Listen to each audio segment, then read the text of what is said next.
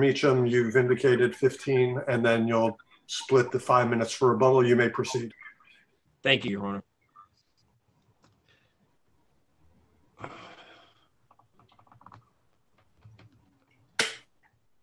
The trial court erred with respect to the award of attorney's fees for several reasons. First, the defendants did not comply with the 21-day safe harbor provision of Florida Statute Section 57.105. Is there any case that says it is insufficient to include that notice in the motion itself, which was not filed till later? Excuse me, I apologize that there's actually it's my understanding that the motion cannot be filed until after the 21-day safe harbor provision. And the motion indicates on its face that it is not being filed until after the 21 days, giving notice to the plaintiffs that the 20 days are running. Right, but the dates are off because of the rule. The rule has been changed, but the rule at the time, if a motion was not hand delivered, and I'm talking about the back end. In other words, the letter is sent. There's an allegation specifically as to here is the pre-hearing certification. I can be more specific. For instance, the motion filed on June 5, 2017 states in the pre-filing certificate of service that it was served on plaintiffs on May 11th by email only. Therefore, there would be the additional 5 days that existed at the time under that version of Rule 2.514 of the Rules of Judicial Administration. So the safe harbor would run through June 6, 2017. So there was a failure to comply, and it's just going off the dates on the motion itself. The motion was filed on June 5. It states that the pre-filing certificate of service was served on May 11th by email only. Because of the additional 5 days, that period would run through June 6th. The motion was filed with the court on June 5. And it's the same for every one of these. The one filed on April 11th, 2018 states in a pre-filing certificate that it was served on plaintiffs on March 21 via email only. If you add the 5 days to that under the rule as applicable at that time, it ran through April 16th. Therefore, the defendants did not comply with the 21 days when they filed the motion on April 11th. And all of the other motions are the same. They actually do not even allege that they complied with the 21 days. The motion, there's a motion filed on July 12th, 2018. There's no allegation that there was the 21 days compliance. There was a corrected motion that was filed on July 12th, 2018, and no allegation that there was the filing 21 days prior to. So there's really not a single one that's on its face. And what is clear that happened is that the court, at the end of the day, because I think the court was convinced of the 21 days, went around that and found that sanctions could be awarded against Ms. Meacham and I under the inherent authority of the court. What's interesting is that the court awarded fees going all the way back to the very beginning of the lawsuit, which would, if there really was a compliance with 57.105, the fees would begin from that date forward. The court cannot go all the way back to the beginning. And it also doesn't make sense that the court would go that way under the inherent authority. So if you look at the award going all the way back to when the lawsuit was filed, basically giving the defendants every single penny in fees that they asked for and wanted when this lawsuit was filed, it's not even linked to any specific 57.105 motion. So there's not a single compliance. The transcript is clear that we were arguing that Ms. Kennedy Davis was not able to show.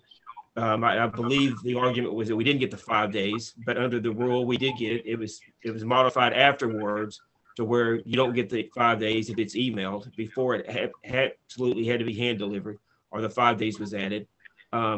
The court does not say in the order that there was a compliance with the 5 days. Instead, there's a reference to the inherent authority of the court, and talk about the failure, Ms. Meacham and I, to cooperate, which there's just no record. There's general allegations, which we heard in the defendants or appellee's response to the argument regarding the video appeal. There's talk about the tone and the demeanor and things that the record does not support. And as far as needlessly over litigating an issue, we did everything that we thought we had the right to do.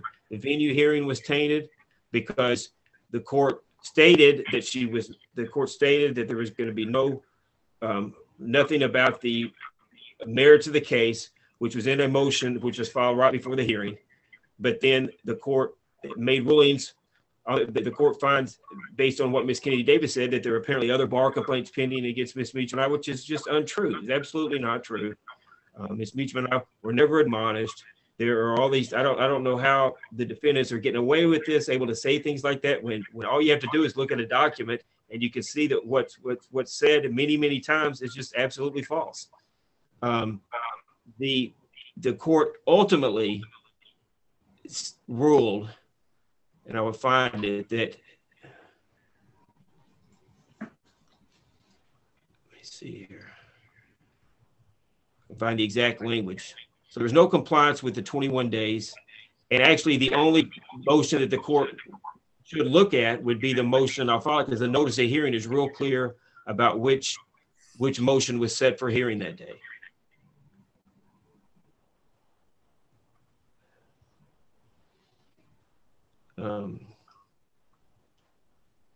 Oh, that's in the reply brief. I apologize. The reply brief, which is in response to the argument regarding that, points out. Let's see if I can.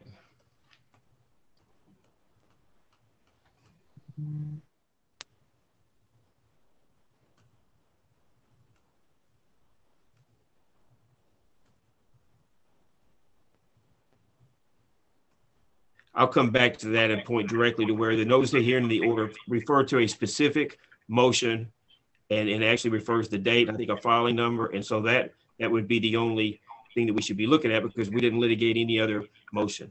The court went on and found that because, again, there was no compliance with the 21 days, that sanctions should be awarded against Ms. Meacham and I under the inherent authority of the court. But the court cannot do that on a motion that's filed by another party. And just to save the other parties because of its failure to comply with the 21 days, the court, it has to be 100% clear that the court is doing it on its own initiative. And that's not the case, because the court's granting the order makes that clear. The court is granting the defendants or appellee's motion. And there has to be notice as well. At one point during the hearing, I'm asking the court, what did I do? What did I do that was improper? The court responded, I'm about to tell you, before there's even a ruling yet, but then I was never told. And when the order eventually comes out, it's because of my tone, or I overly litigated an issue and what have you. And so even to this day, I'm not sure what really happened there. I mean, I can guess, but it relates to their expert witness, but who was a judge. But again, that's just speculation. But at this point, still don't know what could support the inherent authority of the court, even if it had been brought on its own initiative, and even if Ms. Meacham and I did have notice of that, which we did not. And I actually even asked the court during the hearing, what did we do? And it wasn't said. And it's what's said in the order is insufficient. Tone, demeanor, needlessly arguing, and I don't believe the transcript reflects that. There is nothing in there. The court does not ask for me to lower my tone, does not say anything directed to me regarding tone or demeanor or what have you. And for this to be proper, because there's no compliance with the 21 days, and also there's nothing in the record that would show that even without the 21 days, that Ms. Meacham and I were told of a specific issue that was frivolous or not in good faith or what have you, and that then we did not withdraw that within 21 days. And then there was a hearing on that, and the court made that finding. So it's devoid of all of that. What you have is the failure to comply with the 21 days, and you've got an order that says the court's granting the motion or awarding fees under the inherent authority, but going all the way back to when the lawsuit was filed. And there's nothing. Let me ask you one question about the rule on the time of service. When did the rule provide that an email is deemed served on the date it is sent? When did that rule change? I think it was about, it's when you get older, it's years run together, and 3 years used to seem like 1 year. I think it was about 2.5 years ago. It definitely was, and I can find the exact date by pulling up the rules, but I'm sure that I would not have said this in here if I was wrong about this issue, but it changed. I believe it was about 2 years ago. It was after when these notices were sent, and it was after, I believe, when they were filed with the court, for sure. I would say maybe 2020 is when the rule changed. I would have to look at that. I think I'll have Ms. Kennedy Davis the same question when she comes up. Okay, and I will, but it definitely changed after these purported pre-hearing certifications or pre-filing certifications were done, and actually after then the motion was filed, which I guess there would be an issue there if the rule came about between the out of court notice and then the actual filing of the motion. That would be an interesting issue, but we got the extra 5 days, and I believe that's why then the court went under this inherent authority to get us that way. But and again, that the problems with that are that it wasn't on the court's own initiative. There was no notice to Ms. Meacham. I'm looking at the 2016 rule. When was the first safe harbor motion, or the language in the motion? When was the first one sent? Well, they're referring to, there was one on, June 5, 2017. That was the first one? The states that it was served on May 11th, 2017. And that was the first one, is that right? Yes. Okay, so the rule in place in 2016 says time of service by email is complete on the date it is sent. So doesn't that obviate the 5-day mailing requirement? Well, I think it's 2.514B specifically states it's where you would get that. If you go to 2.514B. I'm looking at 2.516D. Yes, I'm referring to 2.514. Pull it up. B, and I can try to find an older version of the rule.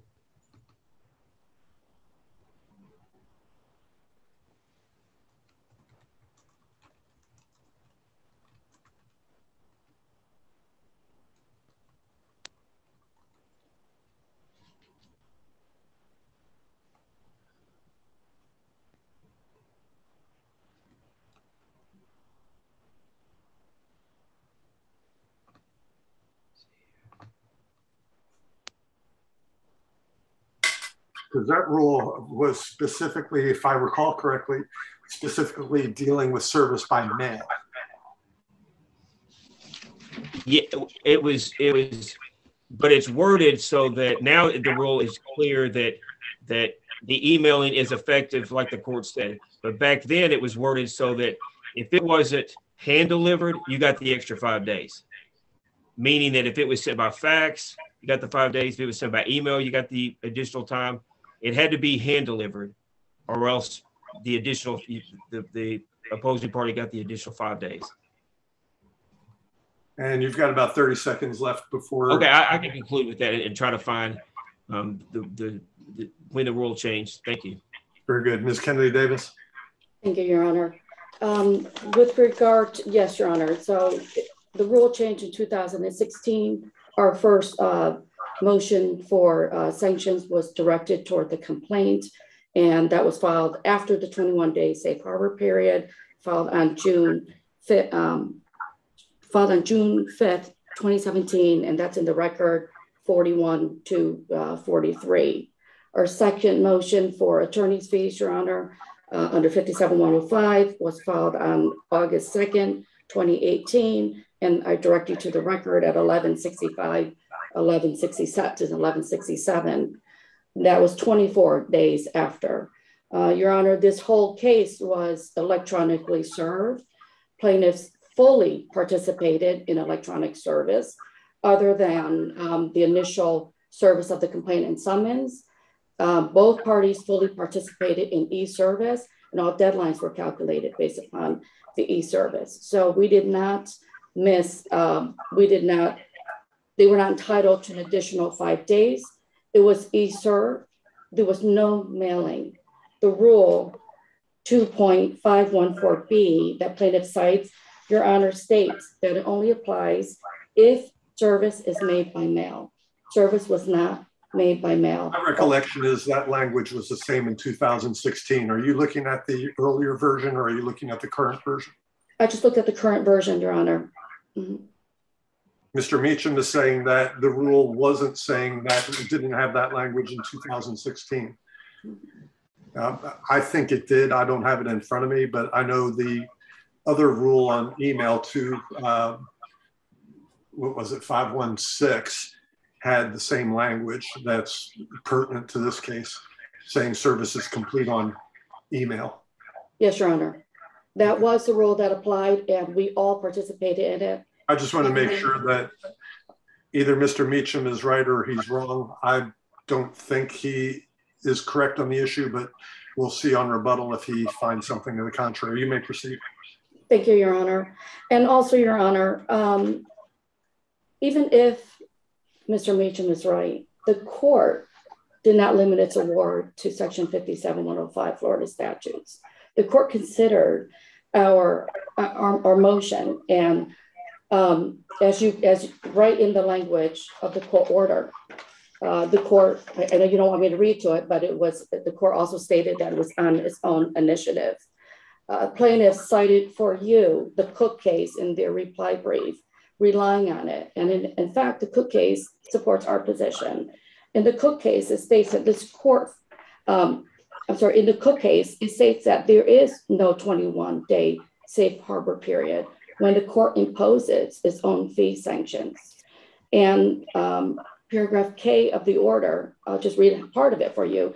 It states defendants are entitled to all of their fees from the beginning under Section 57105 Florida statutes and this court's inherent authority and power to curb abuse of the judicial system and plaintiff's bad faith, misconduct, and frivolous activities in this case.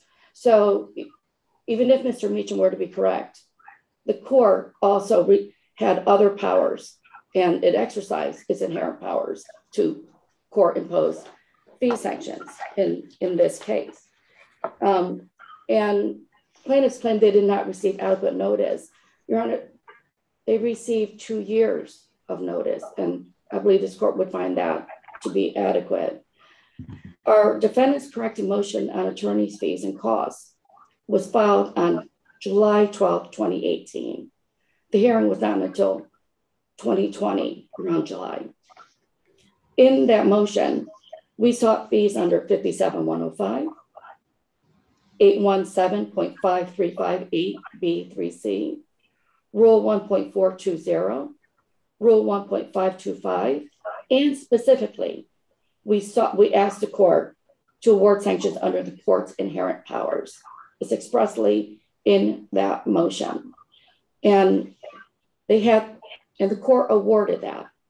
Further, Your Honor, in Judge Lee's June 22nd, 2018 order, as I mentioned earlier, she said that she would entertain fees not only under 57105, but for any request for fees. So plaintiffs have at least 2 years to request their, to know that the court was considering imposition of fees on its own accord.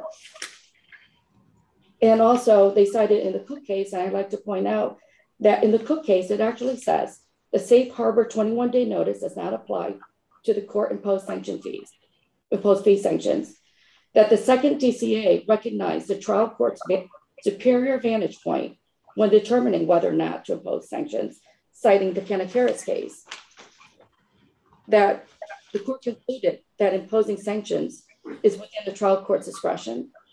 And in fact, the facts are stronger in this case. In the Cook case that they cited, there was no notice. The court, there was no request on fees. The court gave the parties 5 days to reply. In this case, as I've just quoted to you to the record, they had at least 2 years notice. So we submit to you that the case that they argue, the Cook v. Cook case in the second TCA, actually supports our position. And just so you know, I did find the earlier version, and I think Mr. Meacham was correct that the language was changed as far as the 5 days in 2018 or 19. Okay. So it's our position, Your Honor, that the court has this right to also impose under its own court-imposed fees, and for all the reasons. And plaintiff stated to you earlier, what did I do? Why did Judge Stoddard do this? Well, Judge Stoddard gave a well-written opinion after an evidentiary hearing and 3 years of observations that this court does not get to see all of it. But he stated he observed this in his order inside and outside of the courtroom. He said bad faith, misconduct, frivolous activities, violating the attorney's code of professionalism. They were uncivil, lack cooperation, used this case as form of retaliation. There was no merit. Arguments, causes of action were inaccurate, thinly disguised, being vindictive, harassing, bullying, embarrassing, punishing, trying to harm defendants, demonstrating anger in their tone and demeanor that the court observed. And that this was not only directed to a counsel, but also to the court. Now, Mr. Meacham, I wasn't going to raise this, but Mr. Meacham alleges that, or Mrs. Meacham did, alleges that there are no bar grievance filed against them. Your Honor, there are at least 7 that we are aware of that are currently pending, 3 of which are judicial referrals, 2 by Judge Stoddard, 1 by Judge Stevens. Counsel, is this all in the record? I'm just replying to their statement, their denial. We're not relying on anything that's outside the record, so just move on with your argument. And Your Honor, so our position is again straightforward. Judge Stoddard had the opportunity to observe this case for years. He had several evidentiary hearings. I believe there were 4 in total in this case. They didn't give you the full record. They didn't give you all the transcript. He made substantive findings. He addressed things in his court orders that included misrepresentation and fraud on the court. This is probably one of the strongest orders I've ever seen on sanctions with specific findings by the court. His order was founded it was substantive and competent evidence. His findings were, the evidence was, and his orders well written and well founded. And he did not commit error. It would be we ask your court affirm his order. Very good. Thank you very much, Mr. Meacham. Yes, just real quick. I was referring to the false statements that Ms. Kenny Davis told to the court that ended up in the June 22nd, 2018 order. That can't be true or false because of what allegedly happened afterwards, which, by the way, that was a misrepresentation to the court as well. As far as the 21 days, Your Honor, I do have the 2017 rules, which state, and it is 2.514B. I remember that somehow, but it says additional time after service by mail or email. So it's real specific. I found that it was changed in, I think, 18. I was recalling that email service by email was added in 2000. I think it was 12, but they didn't change the later language till, like I said, either 18 or 19. And that's a critical difference. It's actually had to have been 19 because I've got the 2018 rules right here, and it's still got that same 2.514B that states that a party gets the additional days if service is by mail or email, which again means that it has to be by hand delivery to get. So it was.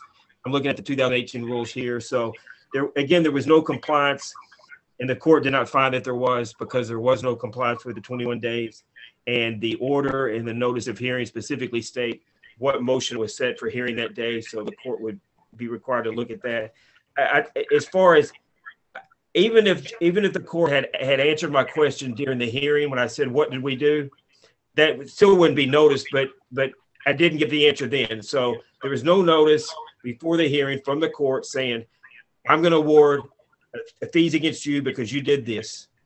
I asked the question during the hearing, wasn't given the answer, and then it ends up in an order after the hearing as far as my tone and demeanor and what have you. So I never got the opportunity to litigate or respond to any of that. So again, it can't be, the court can't award it because of a motion by a party to get around the fact that that party did not comply with the 21-day rule. That's exactly what the court tried to do here. It did it by these things about my tone and demeanor that allegedly happened at the hearing. So I never got noticed, never got an opportunity to respond. And it doesn't make sense that something that I did during the hearing before him, and Ms. Meacham was only at that one particular hearing before him. I was only at 2. There's nothing in those hearings are in the record that would. Mr. Meacham, that takes us to Ms. Meacham's time. Ms. Meacham. Thank you, Your Honor. Your Honor, the motion was filed pursuant to 1.54. The frivolous motion, and there's nothing in the record that the court can show that we did frivolous, Your Honor. To get around, as Mr. Meacham argued, to get around the 21 plus 5 days safe harbor, the court says demeanor, tone, and all that. And Your Honor, that cannot be shown through the record. And if you looked at the transcript for the only hearing that I was at, Your Honor, the August 8th hearing, you cannot show that, Your Honor, and you can't use the inherent court power because the order says that it's granting it through the motion, Your Honor. So, Your Honor, I just want to say that, you know, to find frivolousness and stuff, you have to be specific and show what we did that was frivolous, and you can't find that, Your Honor. Very good. Thank you all very much. That concludes the docket for today. Again, thank you, Judge Case, for joining us today. My pleasure. And of course, it's always a pleasure to be with you and Judge Black. So that concludes everything. We are adjourned. Thank you.